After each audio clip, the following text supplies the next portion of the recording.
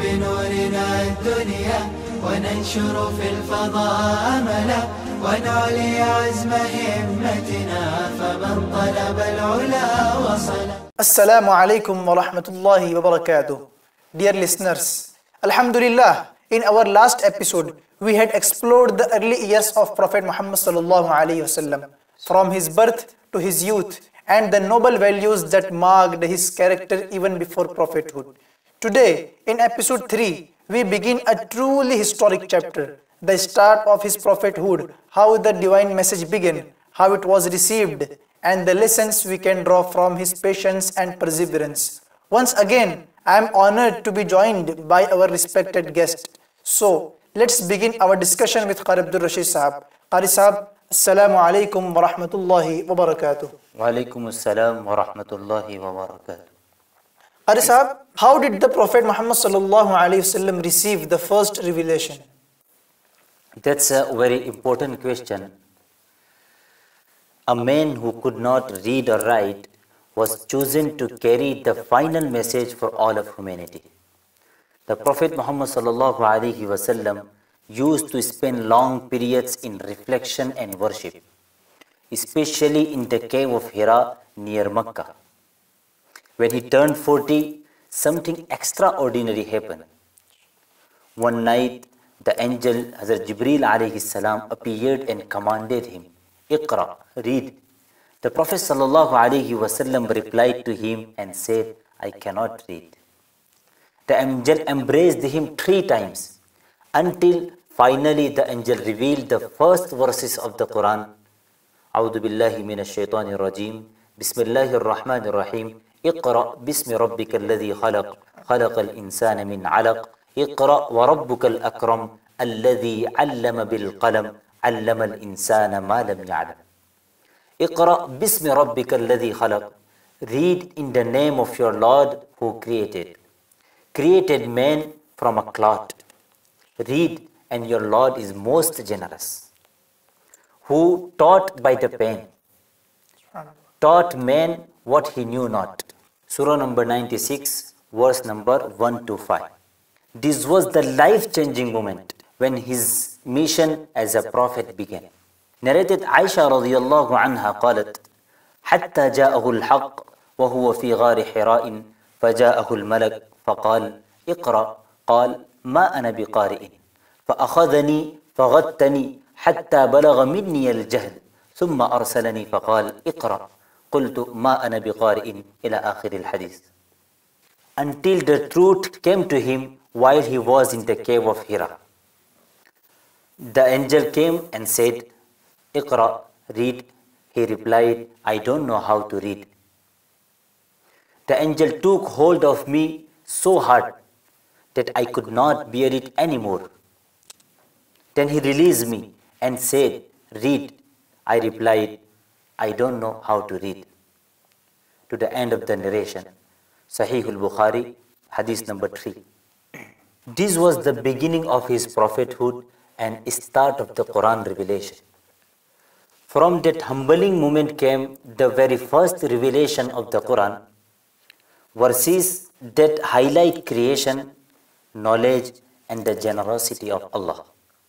It reminds us that guidance and wisdom are not from books alone, but directly from Allah, who teaches what we cannot know on our own. Subhanallah, that was so beautifully explained. The way you described the cave of Hira and the words of revelation really help us feel the weight of that moment. Now, Qari Sahab, I want to know that how was the message initially received? It's truly striking to see how the message of Islam began.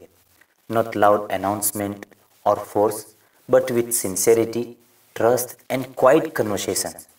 In those early years, Islam is spread in private homes and in whispered gatherings.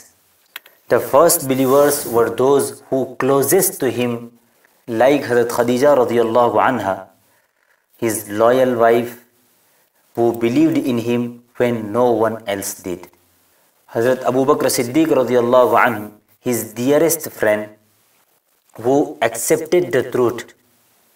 Hazrat Ali radiyallahu anhu, the young cousin raised in his home, and Zayd ibn Haritha radiyallahu anha, his freed servant, who became like family.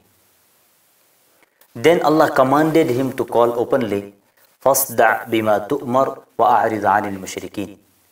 So proclaim what you are commanded and turn away from the polytheists. With this command, Hazrat Abu Bakr Siddiq radiyallahu anhu inviting others, like Hazrat Usman and Hazrat Talha and Hazrat Sa'd bin Abi Waqqas radiyallahu anhu.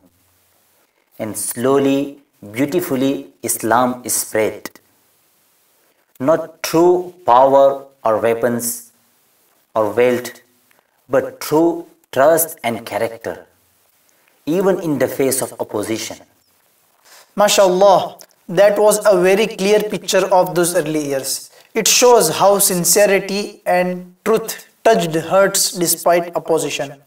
Now, Qari Sahab, tell us, how did the Prophet ﷺ respond to hostility? Just imagine Maulana standing alone against an entire city, mocking you and plotting against you. They insulted him, called him a sorcerer, and harmed his companions. Yet the Prophet ﷺ never answered with violence or hatred. Instead, with patience, dignity, and mercy. Quran reassured him, فَاصْبِرْ عَلَى مَا يَقُولُونَ وَسَبِّحْ بِحَمْدِ رَبِّكَ قَبْلَ طُلُوعِ الشَّمْسِ وَقَبْلَ الْغُرُوبِ. Be patient over what they say and glorify the praises of your Lord before the rising of the sun and before its setting. Surah number 50, verse number 39.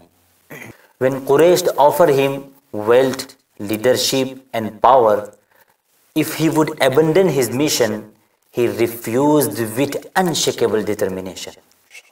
وَاللَّهِ لَوْ وَضَعُ الشَّمْسَ فِي يَمِينِي وَالْقَمَرَ فِي يَسَارِي عَلَىٰ أَنْ أَتْرُكَ هَذَا الْأَمْرَ مَا تَرَكْتُهُ. Subhanallah.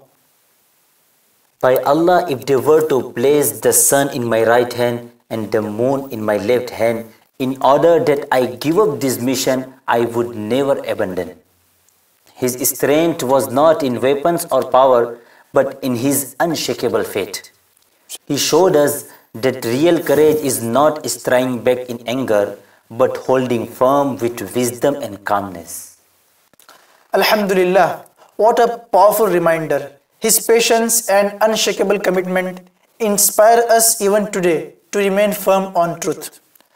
Now, Qari Sahab, we want to know that what lessons can we learn about patience and moral courage from this period? From the life of the Prophet ﷺ, we learn that patience isn't just waiting. It's staying strong when things get tough. Even when mocked or attacked, he never gave up his mission. Allah reminds us in the Quran, إِنَّ اللَّهَ مَعَ الصَّابِرِينَ.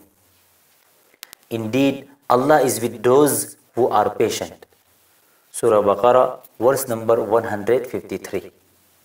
Moral courage, he never compromised on the truth, even when offered reach and power.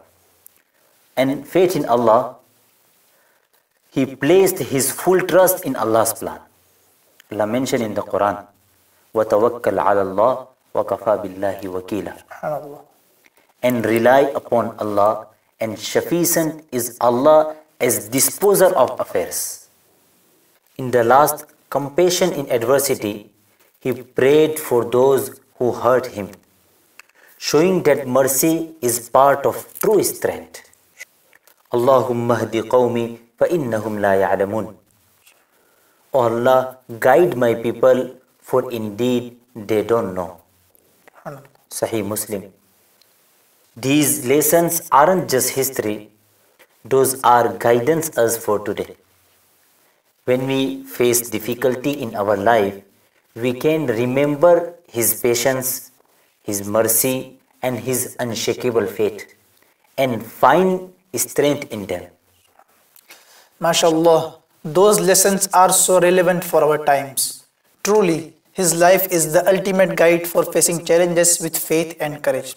Alhamdulillah, Today's discussion with Qari Rasheed Sahab has taken us through the powerful beginning of revelation, the cave of Hira, the first believers and the opposition of Quraysh, and the Prophet ﷺ unmatched patience. These stories are not just history, but lessons for our own lives. Inshallah, in our next episode, we will continue to explore the unfolding of the prophetic mission and the challenges faced in Makkah. Until then, may Allah grant us patience, strength and guidance from the seerah of His Messenger sallallahu alaihi wasallam.